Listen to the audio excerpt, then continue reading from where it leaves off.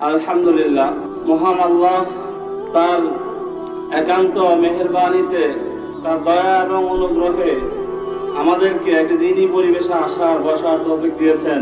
এজন্য আমরা প্রত্যেকেই খুশি না বেজার, প্রত্যেকেই শুকরিয়া আদায় করবো আলহামদুলিল্লাহ।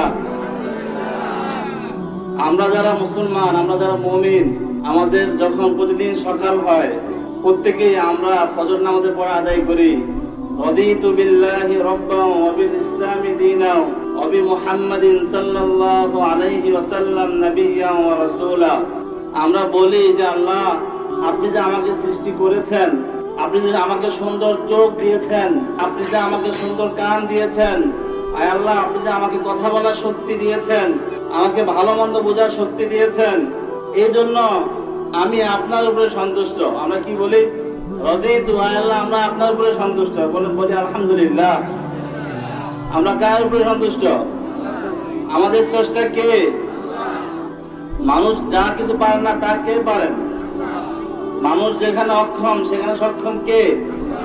কে আমাদেরকে খাওয়ান? রিজিক কে দেন? খাওয়ার পরে এগুলো হজম কে করান? যে আমরা সবাই আল্লাহ তাআলা শুকরিয়া আদায় করি আলহামদুলিল্লাহ। আমরা আল্লাহ তাআলার কাছে কোন রকম আবেদন করিনি, কোন রকম আহ্বান করিনি যে আল্লাহ, আপনি আমাকে নবী আদম আলাইহিস সালামের যুগে না পাঠিয়ে আপনি আমাকে নবী মুহাম্মদ সাল্লাল্লাহু আলাইহি ওয়াসাল্লামের যুগে পাঠান। আপনারা কি কেউ আবেদন করেছেন? কেউ করেছেন? আমরা কেউ করিনি। আল্লাহ তাআলা ইচ্ছা করলে আমাদেরকে আদম আলাইহিস সালামের যুগে পাঠাতে পারতেন, পারতেন কিনা? আল্লাহ তাআলা ইচ্ছা করলে আমাদেরকে নূহ আলাইহিস সালামের যুগে পাঠাতে পারতেন, পারতেন কিনা? আল্লাহ তাআলা ইচ্ছা করলে আমাদেরকে ঈসা আলাইহিস সালামের যুগে প্রেরণ করতে পারতেন। আল্লাহ তাআলা চাইলে আমাদেরকে নবী মুসা আলাইহিস সালামের যুগে প্রেরণ করতে পারতেন। আল্লাহ তাআলা আমাদেরকে সেটা না করে আল্লাহ তাআলা আমাদের ধর্ম দিয়েছেন ইসলাম। কি ধর্ম দিয়েছেন? ইসলাম। এই জন্য আমরা প্রতিদিন সকালে ফজর পরে বলবো, অবিল ইসলামি দীনা, আয় আল্লাহ, আপনি যে আমাকে দ্বীন হিসেবে ইসলাম দিয়েছেন, এজন্য আমি খুশি। আমি বলি আলহামদুলিল্লাহ।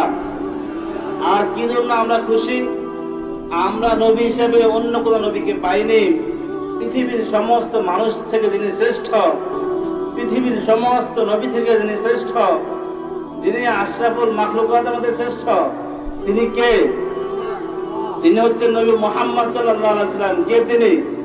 নবী মুহাম্মদ সাল্লাল্লাহু আলাইহি ওয়াসাল্লাম। আমরা বিনা দরখাস্তে, বিনা আবেদনে আমরা পেয়ে গেছি। আল্লাহ তাআলা আমাদের নবী হিসেবে প্রেরণ করেছিলেন নবী মুহাম্মদ সাল্লাল্লাহু আলাইহি ওয়াসাল্লামকে। আমরা নবী মুহাম্মদ সাল্লাল্লাহু আলাইহি ওয়াসাল্লামের উম্মত হতে পেরেছি। এজন্য আপনারা কি খুশি না বেজার? খুশি। এজন্য আবার আমরা বলি আলহামদুলিল্লাহ।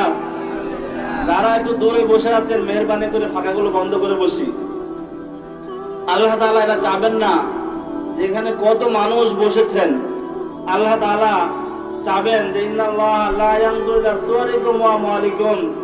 আল্লাহ তাআলা রং রূপ চান না, ধন সম্পদ চান না। ওয়ালাকিন ইয়ানজুরু ইলা কুলুবিকুম ওয়া আমালিকুম। আল্লাহ তাআলা চাবেন যে কোন বান্দা আল্লাহ তাআলা সন্তুষ্ট অর্জন করার জন্য এসেছে, কোন বান্দা আল্লাহ তাআলা সন্তুষ্টির জন্য এসেছে। কে এসেছে? তার কোরআন এবং হাদিসের জ্ঞানকে সমৃদ্ধ করার জন্য। আল্লাহ তাআলা সেটাই চাবেন। এই জন্য আমরা আল্লাহকে খুশি করতে চাই না সবাই ইনশাআল্লাহ। যে আজ আমি তেলাওয়াত করেছি, আলা ইন্না আউলিয়া আল্লাহ লা খাউফুন আলাইহিম ওয়া লা হুম ইয়াহজানুন। এই আয়াতে আমি একটু পরে যাচ্ছি। আগে যেহেতু মাহফিল প্রায় শেষ, মাহফিলকে আমরা কিভাবে শুনবো, মাহফিল কিভাবে শোনা উচিত, এই বিষয়ে আমি একটি আয়াত আমি তেলাওয়াত করছি। আল্লাহ তাআলা বলেন, আল্লাযিনা ইসতামিউনাল কওল ফায়াত্তাবিউনা আহসানা উলাইকা আল্লাযিনা হাদাহুমুল্লাহ ওয়া উলাইকা হুম উলুল আলবাব।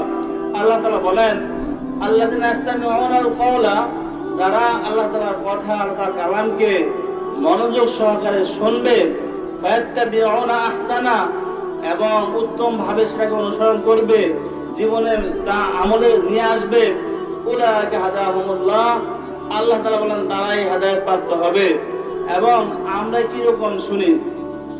এই যে দুনিয়ার মাহফিল চলে গেছে, আমরা ওয়াজ শুনলাম, কতটুকু আমরা হেদায়েত পেলাম, কি আমরা পেয়েছি, কি আমরা পাইনি, হিসাব লাগানো দরকার।